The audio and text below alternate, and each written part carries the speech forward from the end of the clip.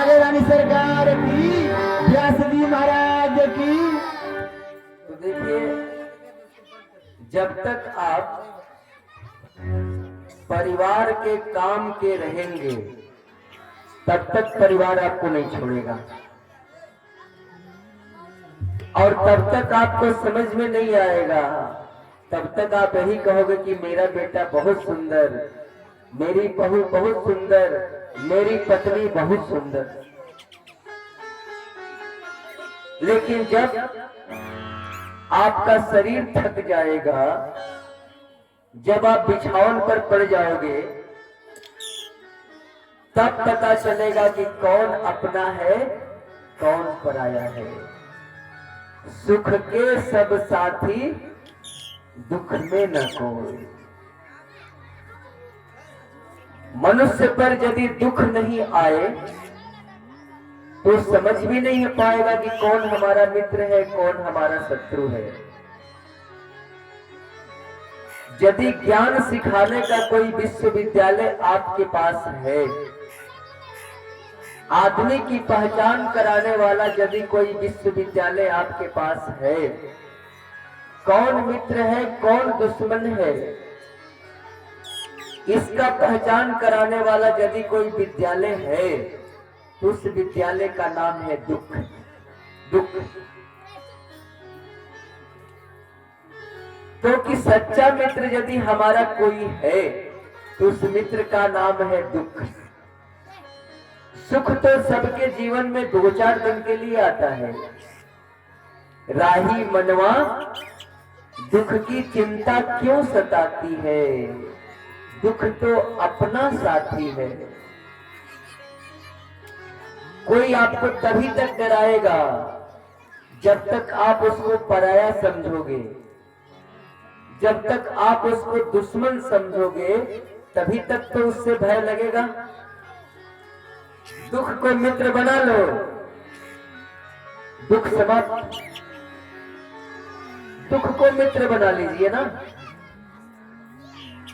और जब दुख मित्र बन जाएगा, संकट में जीना सीखो, दुख में मुस्कुराना सीखो। गुलाब को फूलों का राजा क्यों कहा गया? कांटों के बीच मुस्कुराता है दूसरों को खुशियां देने के लिए। सुगंध फैलाता है कांटों के बीच गुलाब, इसीलिए गुलाब को फूलों का राजा कहा गया।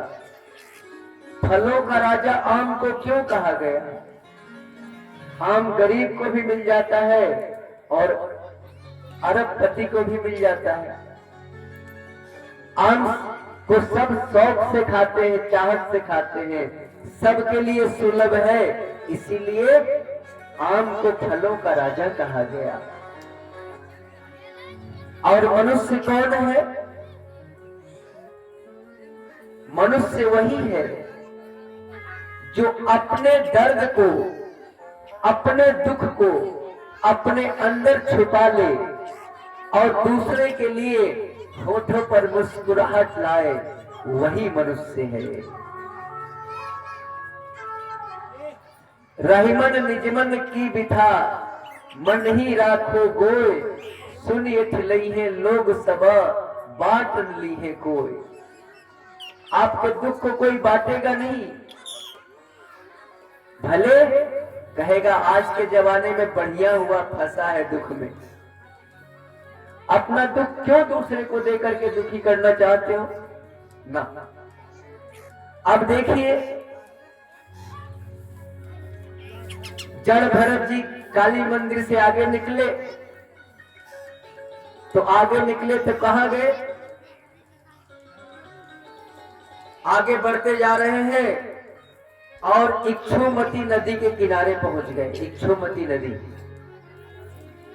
और सिंधु सोबिर देश का राजा रहुगन कपिला आश्रम जा रहा था सत्संग के लिए, पालकी पर बैठ के। एक कहार की तबीयत बिगड़ गई तो कहारों ने कहा, महाराज एक कहार की तबीयत बिगड़ गई है, पालकी कैसे चलेगी?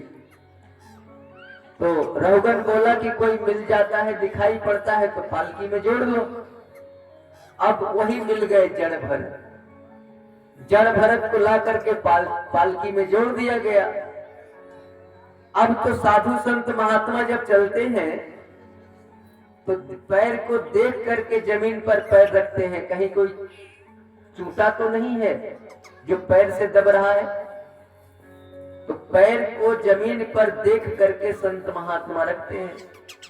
तो जड़ भरत आगे बढ़ाए तो एक चूटा मिला, दिखाई पड़ा, थोड़ा सा पैर आगे बढ़ा दिया, पालकी उछल गई, रहुगन को चटाक से लगा। फिर थोड़ी देर गए, फिर पैर बढ़ाया, फिर पालकी उछल गई। रहुगन गुस्सा गया, कहारो ठीक से चलना नहीं आता।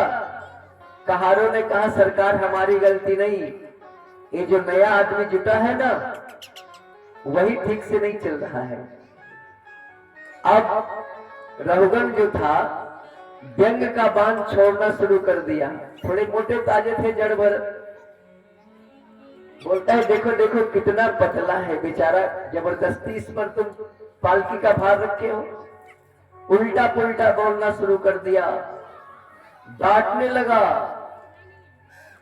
तब जड़ भरत बोले कि यदि अब नहीं बोलते हैं तो ये नरक में जाएगा और इसका भार मेरे कंधे पर आ गया है।